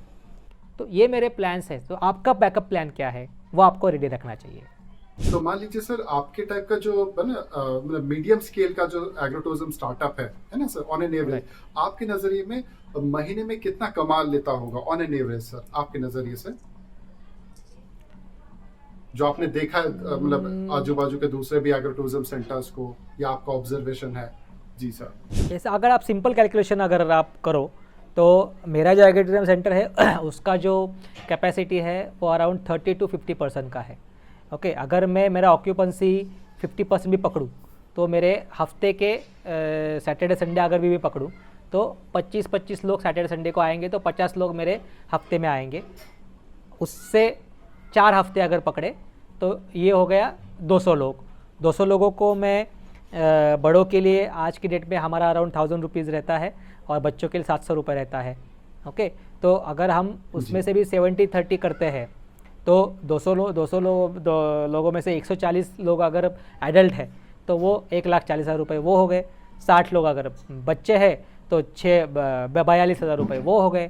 सो अराउंड 2 लाख रुपए आप महीने के कमा सकते हो। लेकिन ये जो सब है ये सब वॉलेटाइल है, इसका आप गारंटी नहीं दे सकते हो। ये मैंने एक आपको जस्ट समझ में आने के लिए कैलकुलेशन बताया। ओके, तो ये सब कैलकुलेशन है, ये गारंटी नहीं है। ये आपको ध्यान में रखना है। जी बिल्कुल सर। अच्छा सर, मुझे ये बताइए, जैसे ऑन एन एवरेज मैं देखता हूँ जितने सारे एग्रो टूरिज्म सेंटर्स है सर, है ना सर, वो वन टाइम एंट्री कॉस्ट लेते हैं और उसमें पूरा पैकेज बना के देते हैं। तो और यही सेम जो एक एग्रो टूरिज्म सेंटर जो इनकम कर रहा है, जो पैकेज डिजाइन किया है, लोग कॉम्पिटिटर आते हैं, उसके सेंटर को देखते हैं, उसके पैकेज का फोटो खींचते हैं और फिर अपने भी सेंटर में सेम प्राइस कर देते हैं। उसने सामने वाले ने 500 रुपए दिया तो ये 400 में कर देता है। दूसरा बिना दिमाग लगाए कि उसने 400 किया तो मेरा कितने में, मेरा मतलब फिक्स कॉस्ट मेरा जा रहा है, एम्प्लॉय ये सैलरी कितने में जा रहा है, बिना इसके कैलकुलेशन के। तो यहाँ पे गड़बड़ क्या चल रहा है सर? मैंने वही बोला कि आप किसी और का कॉपी करके नहीं कर सकते हो। आपके खुद का जो जियोलॉजी है, आपके खुद की जो भौगोलिक विशेषता है, आपके खुद के जो स्ट्रेंथ है वो अलग है। ओके, जैसे अगर मैं 1,000 रुपये चार्ज कर रहा हूँ और कोई जो आदमी जो एग्री टूरिज़्म है जो मेरे यहाँ से और 40 किलोमीटर दूर है, जो जिसको जाने के लिए पहाड़ से जाना पड़ता है या फिर घाट एरिया से जाना पड़ता है, जिसको जाने के लिए 2 घंटे लगते हैं, वो भी अगर वहाँ पे एग्री टूरिज़्म मेरे जैसा खड़ा करके वहाँ पे 1,000 रुपये लगेगा तो लोग सोचेंगे ना कि मैं आनंदमड़ा में जब जाता हूँ तो मुझे जाने के लिए आधा घंटा लगता है, मेरे फार्म तक यहाँ पे सीमेंट का रोड है तो मुझे आने जाने में कोई कष्ट तो नहीं है, मेरे फार्म पे ओला उबर आता है तो मैं तो आसानी से जा सकता हूँ। लेकिन अगर मुझे वो दूसरा एग्री टूरिज़्म जाना है तो एक तो मुझे खुद की गाड़ी चाहिए, उसको मुझे 2 घंटे ड्राइव करके जाना है, मैं जाऊँगा और वापस आऊँगा तो 4 घंटे का मेरा ड्राइविंग ही होगा, और फिर मैं वहाँ पे जाके ये सब एंजॉय कर पाऊँगा क्या, वो सोचेगा। तो फिर वो उसके पास क्यों जाएगा, भले मेरी फैसिलिटी उसकी फैसिलिटी सेम हो या फिर मेरे से ज़्यादा बेहतर हो। तो उसको क्या करना है, उसको कुछ ऐसे चीज़ें करनी है जो मेरे पास नहीं है। मेरे पास यहाँ पे माउंटेन्स नहीं है, ओके, मेरा फ्लैट एरिया, अगर उसके वो अगर और मेरे पास नेचर मैं यहाँ पे बिल्ड कर रहा हूँ, उसके पास नेचर रेडीमेड है, तो उसने अगर नेचर के रिलेटेड वहाँ पे एक्टिविटीज़ रखी, उसने बोला कि आप यहाँ पे आओगे तो आपको एकदम सीरीन काम एटमॉस्फेयर मिलेगा, नेचर मिलेगा, मैं यहाँ पे आपको अलग अलग इसके बहुत बड़े बड़े पेड़ दिखाऊंगा, बरगद दिखाऊंगा, पहाड़ दिखाऊंगा, वैलीज़ मेरे यहाँ पे बहुत अच्छी है, वो सब आप देखो और मेरे तरफ आओ। तो वो लोग यहाँ पे जाएंगे 2 घंटे ट्रैवल करके, ओके, और वो 2 घंटे ट्रैवल करने के बाद भी वो 2 घंटे वापस आने के मूड में नहीं रहेंगे। तो वो उसने क्या करना चाहिए, उसने वहाँ पे रहने का भी उनकी व्यवस्था करनी चाहिए, वो अच्छी होनी चाहिए। तो मेरा एग्री टूरिज़्म और उसका एग्री टूरिज़्म टोटली डिफरेंट हुआ। मेरे एग्री टूरिज़्म में खेती ज़्यादा है, उसका एग्री टूरिज़्म में जंगल ज़्यादा हो गया, फॉरेस्ट ज़्यादा हो गया। मेरा एग्री टूरिज़्म डे पब्लिक को मैं कैटर कर रहा हूँ, उसको रहने के लिए कैटर करना पड़ेगा, क्योंकि 3-4 घंटे जब लोग वहाँ पे जाएंगे ड्राइव करके तो उनके पास एनर्जी नहीं आएंगी शाम को वापस आने के लिए, तो उसके पास लोग रहने के लिए जाएंगे। तो उसकी विशेषता क्या है वो उसको समझनी है, मेरी विशेषता क्या है वो मुझे पता है। तो इस तरह से आपको वो डिज़ाइन करना है, कहीं से कॉपी करके आप मत कीजिए वो नहीं। भले आप एक दूसरे के बाजू में हो, ओके, चलो ये जियोग्राफिकल भी मैंने छोड़ दिया, डिस्टेंस भी मैंने छोड़ दिया, मैंने आपको पूरा एक दूसरे के बाजू में रखा, आपका और उसका कंपाउंड वॉल सेम है, फिर भी उसमें डिफरेंस आएगा। क्यों आएगा? क्योंकि उसका प्रेजेंस, वो खुद आके जो प्रेजेंट करेगा और आप आके जो प्रेजेंट करोगे वो अलग अलग रहेगा। ओके, आपके इधर का बावर्ची अलग खाना बना, उसके हाथ की टेस्ट अलग होगी, उसके बावर्ची के हाथ की टेस्ट अलग होगी। ओके, उसके खेती के मॉडल अलग हो सकते हैं, आपके खेती के मॉडल अलग हो सकते हैं। चलो वो भी छोड़ो, आपने खेती भी सेम कर ली, दोनों का फ्रूटिंग तो एक टाइम पे नहीं आ सकता। तो इतनी चीज़ें हैं कि आप कॉपी नहीं कर सकते हो, आपको खुद के स्ट्रेंथ ही समझने हैं, आपके खुद को ही उसको डिज़ाइन करना है। तो ये सबसे बड़ी बात है। और इसमें सर बिजनेस स्ट्रैटेजी के हिसाब से जो हमने भी सीखा सर, उसमें ये सीखा कि जब एक आइसक्रीम का दुकान किसी जगह पे होता है तो लोग का प्रश्न क्या होता है, लोग बोलते हैं कि वहां पे जाए या ना जाए, खरीदे कि नहीं खरीदे, है कि नहीं सर? लेकिन वहीं पे जब एक ही आइसक्रीम दुकान के बाजू में दूसरा आइसक्रीम का दुकान लग के हो जाता है तो लोग अब प्रश्न बदल जाता है खाए या ना खाए से सीधा आता है दोनों में से किस में जाए। किस में जाए, सही सही, तो गुड। ये मेरे लिए नया परव्यू था। जी जी जी जी। तो इसी के चलते लोग जो कंपटीशन से डरते हैं ना, तो ना डरे, क्योंकि सर ने ऑलरेडी एक्सप्लेन किया हुआ है। और यहाँ पे Right. सवाल बदल जाता है, जाए ना जाए से हटके बोलता दोनों में से किस में जाए, तो दोनों में का से किस business में बढ़ जाए, जाता है। राइट जी जी राइट, जी जी। गुड। तो ये मतलब पर्सपेक्टिव business- मेरे लिए नया था, आज मैंने ये नया पर्सपेक्टिव सीखा आपसे, थैंक यू फॉर दैट। जी जी बिल्कुल सर। बाय द वे, आपके नजरिए से समझना चाहूंगा कि अभी जो एग्रो टूरिज्म का ट्रेंड है ना सर, क्या किस तरफ जा रहा है अभी धीरे धीरे करके, आपका ऑब्जर्वेशन क्या कहता है? ट्रेंड की तरफ अगर आप देखोगे तो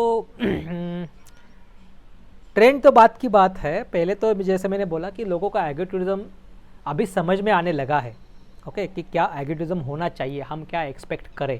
जैसे जैसे एग्रो टूरिज्म बढ़ते जा रहे हैं, जैसे जैसे लोग उसको प्योर एग्रो टूरिज्म के लिए फोकस कर रहे हैं, वैसे वैसे लोगों को पता चल रहा है कि हमको एग्रो टूरिज्म सेंटर से क्या एक्सपेक्ट करना चाहिए। ओके, अभी भी जो मैं एग्रो टूरिज्म देख रहा हूँ वो अभी भी उतने प्योरिटी की तरफ नहीं बढ़े हैं, अभी भी वो उसमें ही अटके हैं, अभी भी वो स्विमिंग टैंक में ही अटके हैं, अभी भी वो एडवेंचर गेम में ही अटके हैं, अभी भी वो टेनिस कोर्ट और वो बैट बॉल खेलने में ही अटके हुए हैं, क्रिकेट खेलने में अटके हुए हैं। तो आगे जाके जो हमारे पंतप्रधान मोदी जी का भी सपना है कि किसान की आमदनी बढ़नी चाहिए, किसान को सभी सुविधाएं दे रहे हैं, और जो सोशल मीडिया भी आज इसके किसान के ऊपर फोकस हो रहा है। ओके, हमारे न्यूज़ चैनल भी किसान के ऊपर फोकस कर रहे हैं। तो लोगों को अभी उत्सुकता पैदा हो रही है कि किसान की ज़िंदगी कैसे होती है, किसान की लाइफस्टाइल क्या होती है, किसान कैसे जीता है, किसान इतना फिट क्यों है।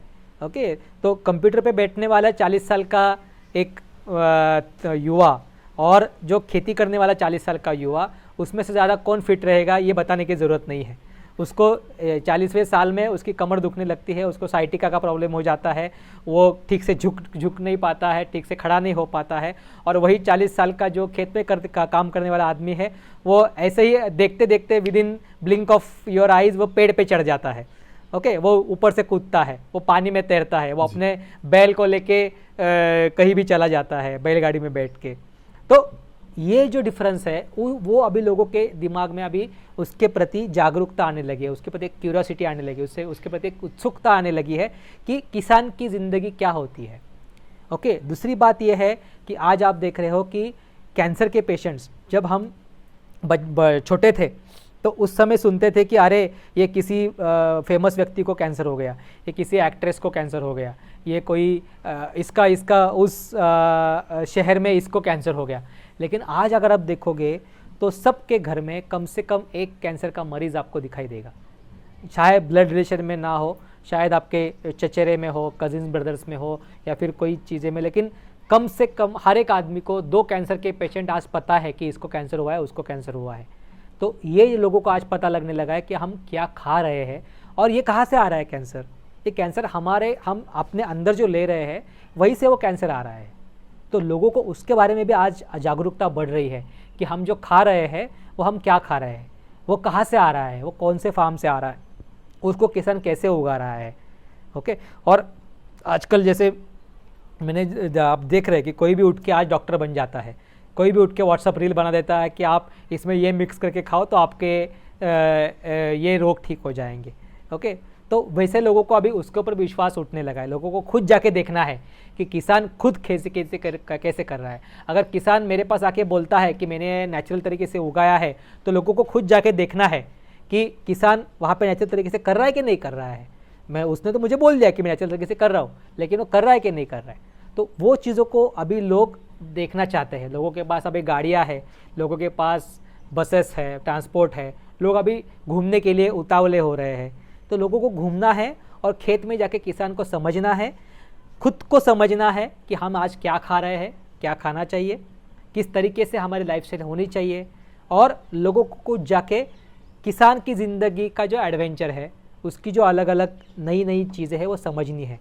तो वो ट्रेंड अभी उस तरह जा रहा है। ये मैं लोगों के इंटरेक्शंस से या फिर अभी जो सोशल मीडिया में भी चल रहा है उसकी तरफ से देख रहा हूँ कि लोगों को अभी रॉ एक्सपीरियंस चाहिए, लोगों को अभी वो लैविश एक्सपीरियंस नहीं चाहिए। लोगों को अभी घूमना है, रॉ एक्सपीरियंस लेना है, किसान के साथ काम करना है, किसान जो रोटी खाता है वो रोटी चूल्हे के ऊपर की रोटी उनको खानी है। तो वो ट्रेंड अभी उस तरह से जा रहा है। जी बिल्कुल सर। अच्छा सर, यहाँ पे एक और भी चीज है, जैसे आप एग्रो टूरिज्म में दूसरे बिजनेस ओनर्स को भी देखते हैं, है ना, ज्यादातर एग्रो टूरिज्म के बिजनेस ओनर्स, तो इन लोगों में अभी क्या चल रहा है, उस फेटर्निटी में अभी क्या चल रही है सर? मैं औरों के बारे में तो ज्यादा डिपेंड नहीं करना चाहूँगा, लेकिन वही है कि दो टाइप के लोग हैं। एक जो युवा लोग हैं जो खेती में कुछ करना चाहते हैं, जिनका बैकग्राउंड ज़्यादा बिजनेस फैमिली का नहीं है, या फिर ज़्यादा उनके पास फंड्स उतने ज़्यादा नहीं है, जो खेती से अपना ये कर रहे हैं, या फिर छोटी मोटी नौकरी कर रहे हैं और उनको गांव को वापस आके खुद का एग्रो टूरिज्म खोलना है। तो ऐसे जो युवा लोग हैं, वो जो युवा है, वो युवा आज अपने गांव में जाके उनको रॉ एक्सपीरियंस से लगाव है। तो उनको पता है कि क्योंकि वो शहर में रह चुके हैं, उनको पता है कि शहर के लोगों को क्या चाहिए, तो वो उसको रॉ तरीके से लोगों को प्रेजेंट करना चाहेंगे। उनको वो छोटी सी शुरू में बाम्बू से झोपड़ी बनाएंगे, खेत से कुछ अच्छा ये लगाएंगे, फिर वो, लेकिन वही है कि उनके भी अलग अलग गलतियाँ उनसे भी हो सकती है, लेकिन उनका एक्सपीरियंस है वो बेसिकली रॉ रहेगा। ओके, जो दूसरी फ्रैटर्निटी है, जो दूसरे लोग हैं, वो बेसिकली बिजनेसमैन लोग हैं कि जिनको अपना पैसा कहीं से आ रहा है, किसी दूसरे बिजनेस से आ रहा है। कोई बिल्डर लोग है, कोई बिजनेसमैन है, कोई बड़े बड़े इन्वेस्टर्स है, डेवलपर्स है। तो वो लोग हैं जो एग्रो टूरिज्म बना रहे हैं, तो वो जो बना रहे हैं वो लैविश बना रहे हैं। फिर वो लोगों को टेंट भी लगा रहे हैं, तो वो 1.5 लाख का एक टेंट रहता है, वो टेंट लगाएंगे, वो उसमें लोगों को बहुत सारी सुविधाएं देंगे, उसमें उनको अच्छे गेम्स देंगे, एक पूरा बिलियर्ड वहाँ पुल रहेगा, वहाँ पे बिलियर्ड खेलेंगे लोग, कैरम खेलेंगे। ओके, तो वीडियो गेम का पार्लर भी कुछ एग्रो टूरिज्म में मैं देखा है। माय गॉड, मतलब आप यू कैंट इमेजिन कि एग्रो टूरिज्म सेंटर में वीडियो गेम का पार्लर, कि लोग बच्चे वीडियो गेम खेल रहे हैं, उनको खेती दिखाने के लिए लेके आ रहे हैं, और आप वहाँ पे वीडियो गेम का पार्लर वहाँ पे खड़ा करके रखा है। तो एक ऐसी भी फ्रेटर्निटी है कि वो उनको लैविश एक्सपीरियंस देना है, बेसिकली उनको रिसॉर्ट बनाना है, जिसको उन्होंने एग्रो टूरिज्म के नाम से चलाना है। तो ऐसे दो टाइप के ट्रेंड्स चल रहे हैं अभी आज के हमारे फ्रैटर्निटी में। लेकिन मैंने जैसे बोला कि दोनों टाइप के लोग हैं, जो खेती ऑफर करना चाहते हैं वो लोग भी हैं, और जो ऐसे रिसॉर्ट देना चाहते हैं वो लोग भी हैं। तो दोनों अपनी जगह सही है। शायद उनको उस तरह से बिजनेस करना है, इनको इस तरह से बिजनेस करना है। So nothing wrong in that. तो सर लेकिन आपको ये समझना है कि आप कौन से साइड पे हो। आपके पास करोड़ों रुपए है क्या? आपके पास कोई अलग बिजनेस मॉडल है क्या? आपका पैसा कहाँ से आ रहा है? आपको, अगर मैंने जैसे बोला कि 3 साल तक आपको खड़े रहने के लिए आपकी ताकत नहीं है, तो आप कितना इन्वेस्ट करोगे उसमें, तो वो आपको समझना है। Yes, thank you, continue. जी बिल्कुल सर। तो यहाँ पे सर जैसे आपने बताया कि 2 टाइप के ऑडियंस है, और आपने ये भी बताया कि ऐसे बहुत सारे अच्छे एग्रो टूरिज्म सेंटर्स भी है जो फार्मिंग को सेंटर थीम बना के उसके अराउंड टूरिज्म डेवलप करते हैं, है ना सर? और यहाँ पे वैसे सेंटर्स को जो आपने मोस्टली अपने शुरुआती करियर के दौर में आपने ऑब्जर्व किया था, तो उन लोग का मनी मेकिंग मॉडल क्या था जिससे वो मतलब अच्छे लेवल में कमा रहे थे या कमा सकते थे?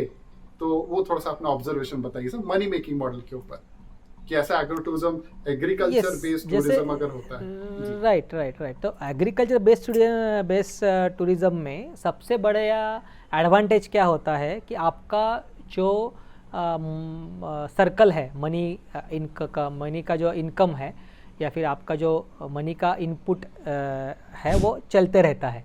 जैसे मैंने बोला कि, और वहीं से मैंने सीखा, और जो हमने यहाँ पे भी इम्प्लीमेंट किया, कि 6 महीने मेरा जो इनकम है वो खेत से आता है, 6 महीने मेरा इनकम एग्रो टूरिज्म से आता है।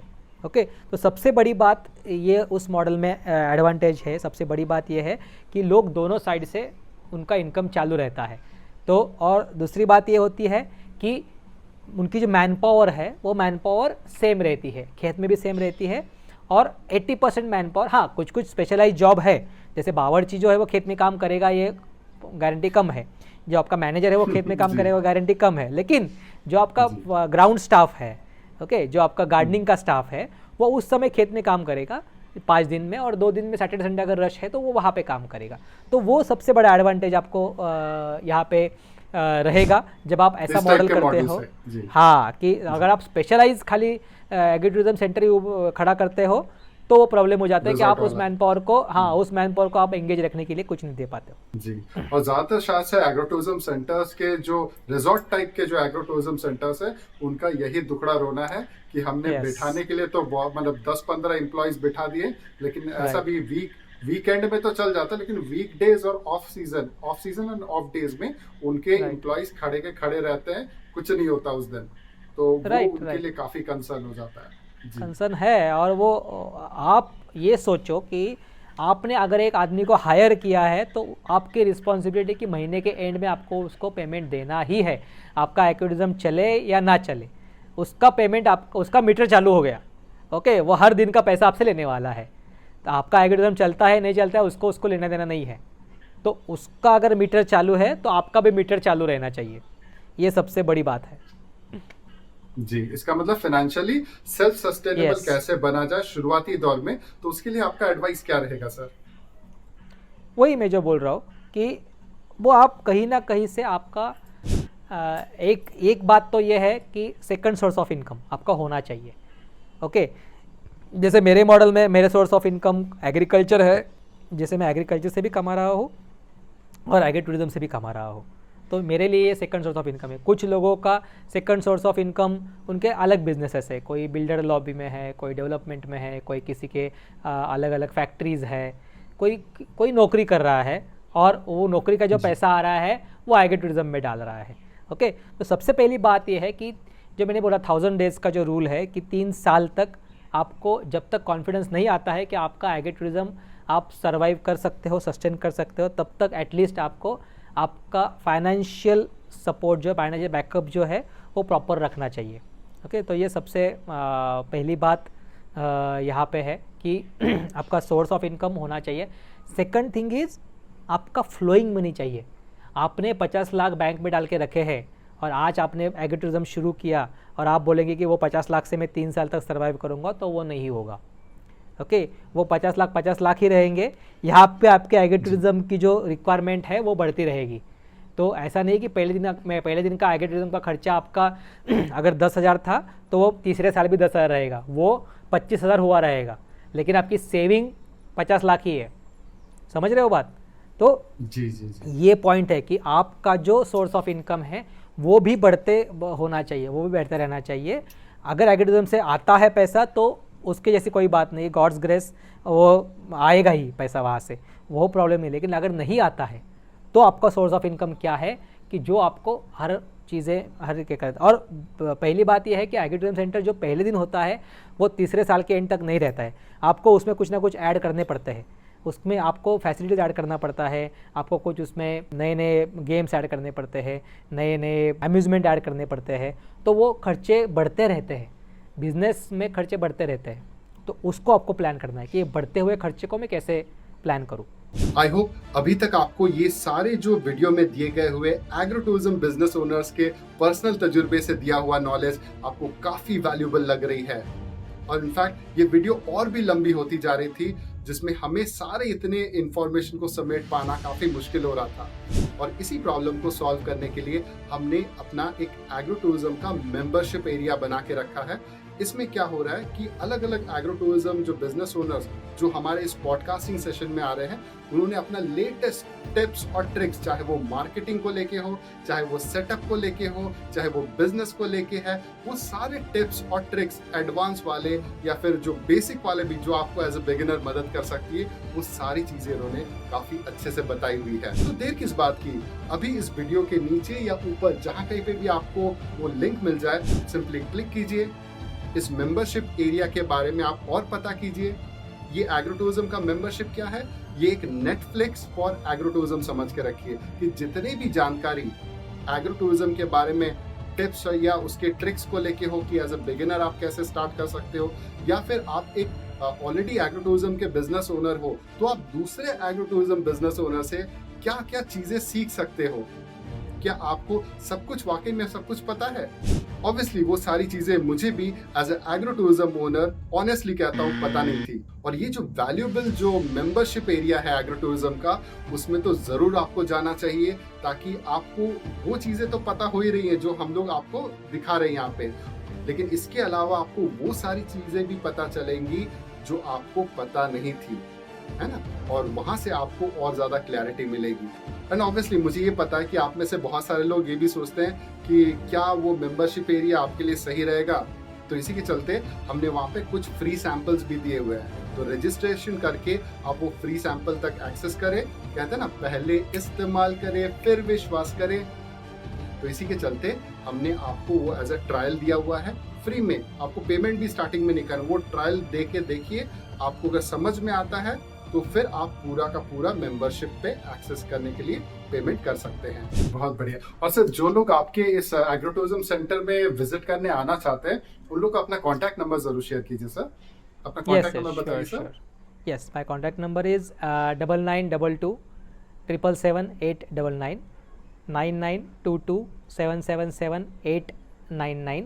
और हमारी वेबसाइट का नाम है www.anandamara.in। और हमारा जो फेसबुक और यूट्यूब चैनल है वो आनंदमड़ा फार्म से है, आनंदमड़ा फार्म के नाम से। इंस्टाग्राम पे भी हम हैं। तो इस तरह से आप रीच कर सकते हो हमारे तरफ। और हमारे कंटिन्यूस उस पर अपडेट्स रहते हैं। जैसे मैंने बोला, अभी हमारे फूड फॉरेस्ट का बहुत इंटरेस्टिंग प्रोजेक्ट चल रहा है। अभी राइस प्लांटेशन शुरू हो रहा है अगले कुछ 2-3 दिन में, तो आप राइस प्लांटेशन का आनंद लेने यहाँ पे आ सकते हो। हमारे यहाँ पे बाजू में ही एक सुरक्षित और एक बहुत ही नेचुरली ब्यूटीफुल वाटरफॉल है, स्ट्रीम है, उसमें आप एंजॉय कर सकते हो। तो ये सब चीज़ें एंजॉय करने के लिए आप आनंदमड़ा फार्म ज़रूर आइए। बहुत बढ़िया सर, थैंक यू सर। आपने अपना इतना कीमती समय देके हमारे सारे व्यूअर्स को बहुत कुछ आपने अच्छी चीजें सिखाई। और रियली इससे पहले जो उन लोगों को पता नहीं थी, एटलीस्ट वो सारी चीजें बताई, जिससे उनको आपके जो एग्रो टूरिज्म को देखने का नजरिया और भी अच्छे से हो गया सर। तो आपका इस शो में आने के लिए आपका बहुत बहुत धन्यवाद। जी सर। आपको भी धन्यवाद, आपने मुझे इनवाइट किया। और आपका ये जो इनिशिएटिव है कि एग्रो टूरिज्म फार्मर्स के साथ बातें करना और उनकी ये जो सब प्रवास है, उनकी जो जर्नी है, वो लोगों के सामने लेके आना, वो बहुत ही अच्छी है। क्योंकि हम भी एग्रो टूरिज्म के जो लोग हैं वो एक दूसरे से मिल नहीं पाते हैं। तो ऐसे पॉडकास्ट से, ऐसे वीडियोस से अगर हम एक दूसरे को जान पाए, एक दूसरे को मिल पाए, तो हम भी अलग अलग चीज़ें सीख सकते हैं, अलग अलग चीज़ें जान सकते हैं। और बहुत बहुत धन्यवाद फिर से आपको कि ये आपने इनिशिएटिव बहुत ही अच्छा लिया है। और आपको ये इनिशिएटिव के लिए हमारी तरफ से शुभेच्छाएं। धन्यवाद जी, धन्यवाद सर। तो अगर आज का वीडियो आपको पसंद आया है, लाइक कीजिए, शेयर कीजिए और सब्सक्राइब कीजिए। एंड यस, आज का वीडियो अपने उन दोस्तों के साथ भी शेयर कीजिए जो एग्रो टूरिज्म से जुड़ के कुछ नया, यूनिक और मीनिंगफुल काम कर गुजरना चाहते हैं, लेकिन उनको प्रोफेशनल लेवल का गाइडेंस देने वाला कोई नहीं है। तो उनके साथ हमारे इस किसान बिजनेस क्लिनिक के इस YouTube चैनल को जरूर शेयर कीजिएगा। धन्यवाद।